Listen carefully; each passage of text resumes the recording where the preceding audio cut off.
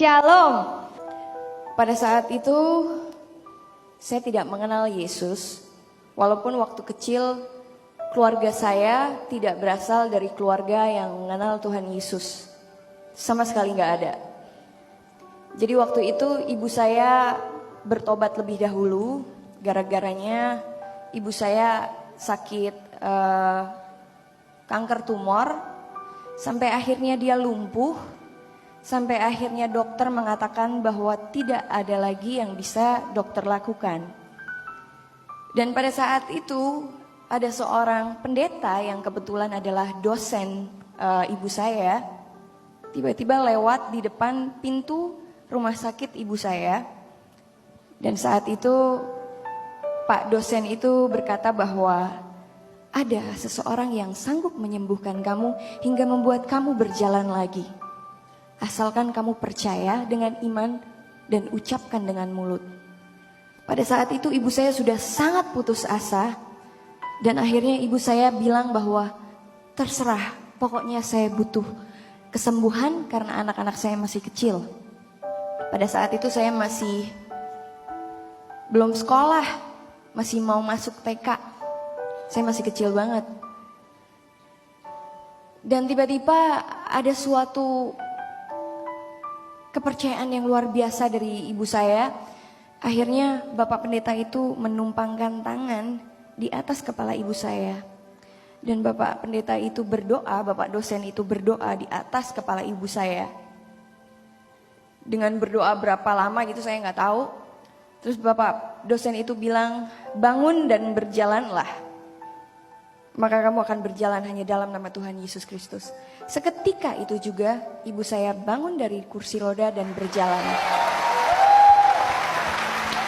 Ya Anda Yesus. Dari situ akhirnya berjalanlah pemikulan salib itu. Akhirnya ibu saya memutuskan untuk melayani Tuhan Yesus dan mengenal Tuhan Yesus dan memilih Tuhan Yesus sebagai juru selamatnya.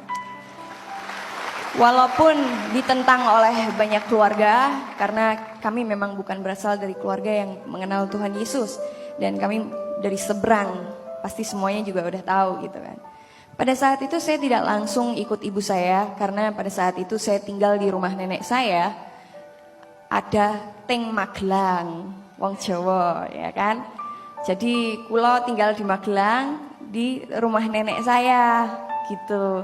Jadi waktu nenek saya harus setiap hari Kamis, Jumat saya ngaji.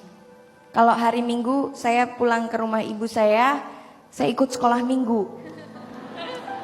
Jadi di sini saya ngaji, besok-besok hari Minggu saya nyanyi ke gunung tinggi ku naik mencari damai. Jadi saya tahu lagu-lagu zaman-zaman sekolah Minggu.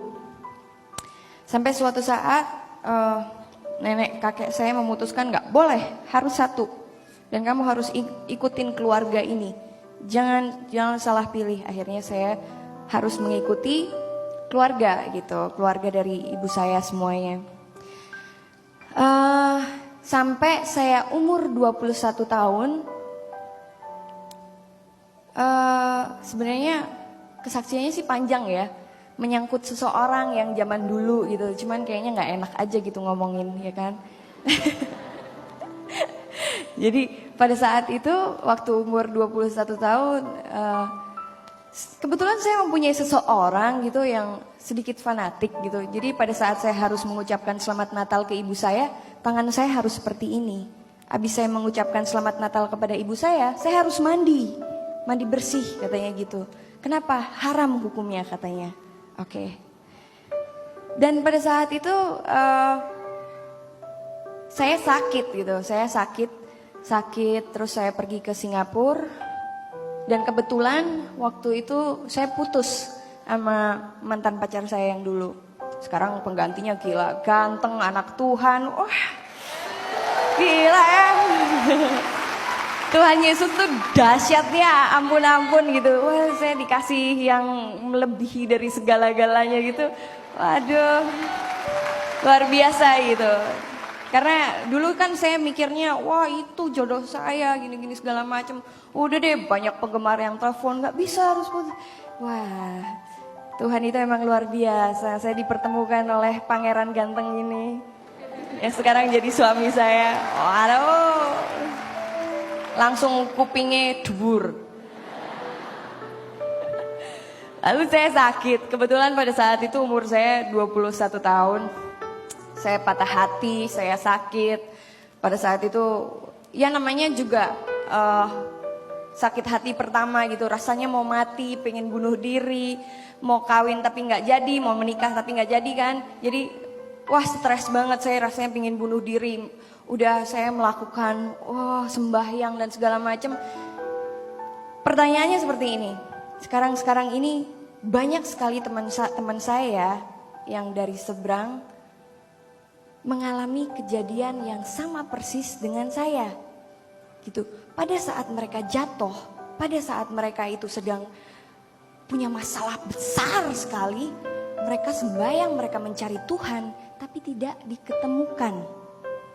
Cuman ada satu Tuhan kita yang hidup, yaitu Tuhan Yesus. Sampai suatu saat saya bilang sama ibu saya, "Mah,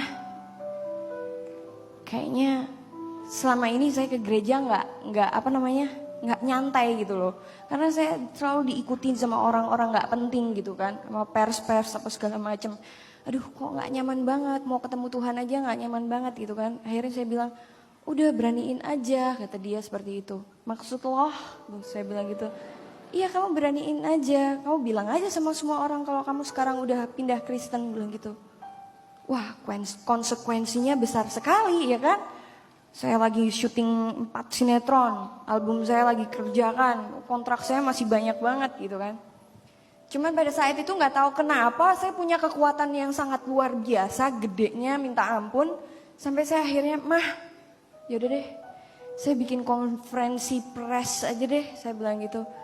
Akhirnya saya memberanikan diri, saya bikin konferensi pers. Saya bilang sama seluruh Indonesia, saya percaya Tuhan Yesus sebagai juru selamat saya.